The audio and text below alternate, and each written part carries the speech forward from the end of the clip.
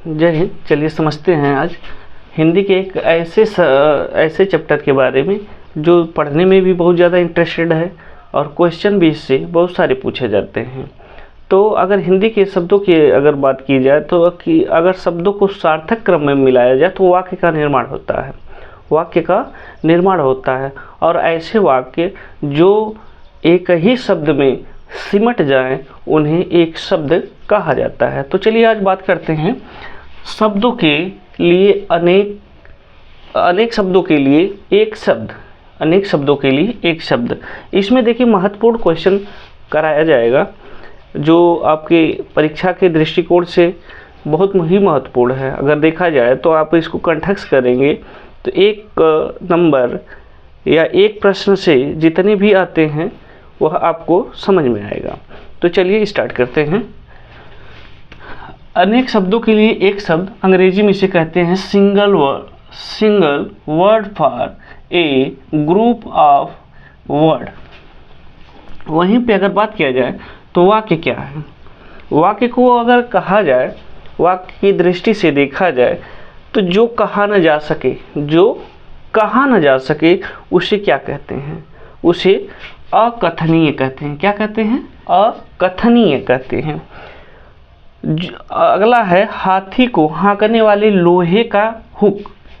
हाथी को हाँकने वाले लोहे का हुक उसे क्या कहते हैं?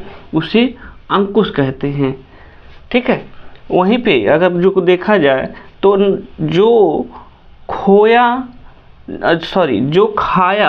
न जा सके उसे क्या कहते हैं? उसे अखाद्य कहते हैं। क्या कहते हैं? अखाद्य कहते हैं। जिसका जन्म पहले से हुआ हो उसे क्या कहते हैं? उसे अग्रज कहते हैं। क्या कहते हैं? अग्रज कहते हैं। वहीं पे बात की जाए तो जो सबके आगे रहता है, जो किसी के अगर कहा जाए जो सबके आगे रहता है, जो किसी कार्य में आगे रहता हो उसे क्या कहते हैं? अग्रणी। क्या कहते हैं? अग्रणी। अग्रणी का तात्पर्य समझें आप। अग्रणी का तात्पर्य है कि जो सबसे आगे रहता हो किसी काम में, वह शिक्षा के काम में, कि कहीं घूमने के काम में, कि कोई बात कहने के परिप्रेक्ष्य में जो सबसे आगे रहता हो उसे क्या कहते हैं? अग्रणी कहते हैं।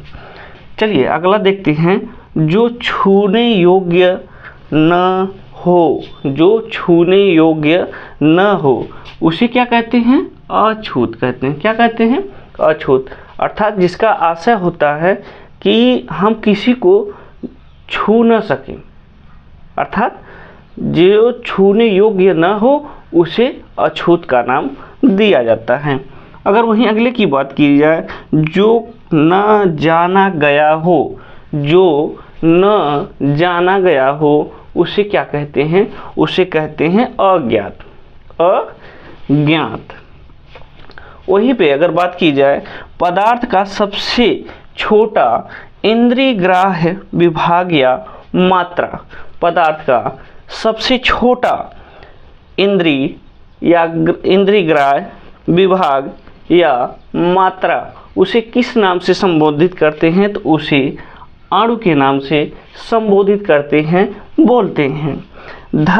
अगला है धर्म या शास्त्र के विरुद्ध कार्य करने वाला। धर्म या शास्त्र के विरुद्ध कार्य करने वाले को क्या कहते हैं? अधर्म। क्या कहते हैं?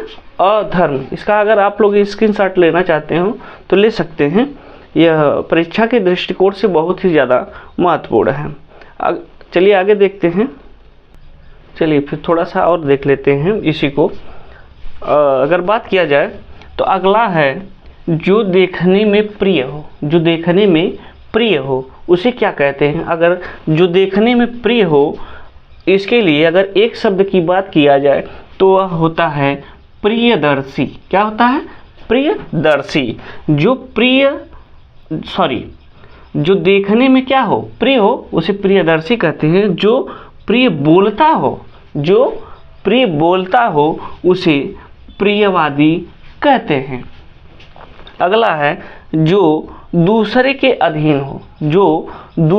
अधीन हो उसे पराधीन की संज्ञा दी जाती है, पराधीन की संज्ञा दी जाती है।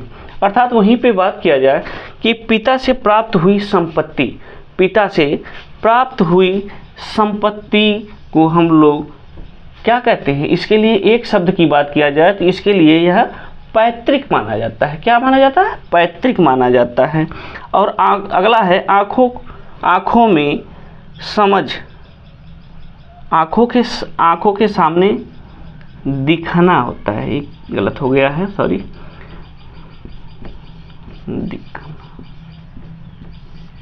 उसे प्रत्यक्ष कहते हैं। क्या कहते हैं? प्रत्यक्ष कहते हैं। जो पांचाल देश का हो या जो पांचाल देश की हो उसे क्या कहते हैं? उसे कहते हैं पांचाली। क्या कहते हैं? पांचाली कहते हैं। पर्वत की कन्या किसे कहते हैं?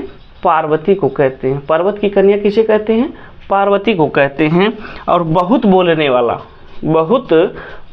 वाला आप ध्यान से देखेंगे, जो बहुत ज़्यादा बोलता है उसे सब लोग कहते हैं बहुभाषी।